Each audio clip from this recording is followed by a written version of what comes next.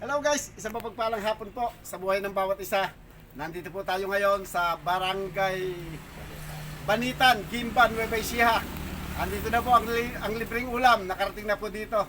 Kanya patuloy lang po na i-share niyo po yung programa ng libreng ulam.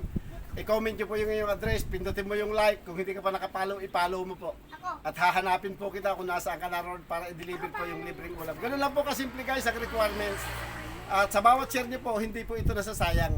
Sa bawat share niyo, marami pong nakakapanood. Tulad po nitong ating pinamimigay, bunga po ito ng inyong share.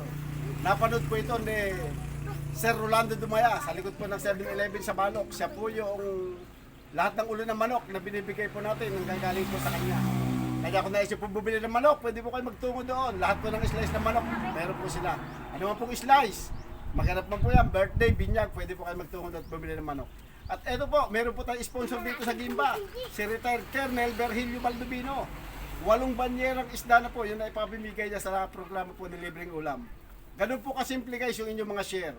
Kaya huwag niyo pong panghinayangan na i-share yung programa po ni Libreng Ulam. I-comment niyo yung inyong address. At meron pa pong isa. Meron po tayong sponsor ng tinapa. Kay Ma'am Maribel Bauto, nanggagaling naman po ito sa Barangay Tabuatin, San Leonardo. Kinukuha po natin doon para i-deliver po sa inyo yung libreng ulam. Meron pa pong libreng lugaw kay Sir King P. Napanood po yung programa natin kanya, napakaganda po. Na lagi niyo pong i-share yung programa po ng libreng ulam. Ito po ngayon yung tumanggap, si Sir Ricardo Kapili. Ayan. Ayan po, ano masasabi mo kay Sir? Ano na sa inyo yung libreng ulam? Sir, totoo pala. Kala ko biro lang. Kaya meron mo na.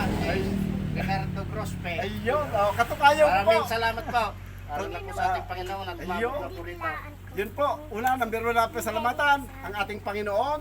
Pangalawa po, yung mga sponsor na ginamit po niya. Si Retired Colonel Virgilio Baldovino, Sir Rolando Dumaya, Ma'am Maribel Bauto, Sir King P. Manlusok. Sila po yung mga sponsor na pinunod ng Panginoon. At meron pa po, may darating pa po tayong mga sponsor. Kaya tuloy-tuloy lang po, dadami po yung ating sponsor. Yun lamang po, salamat po.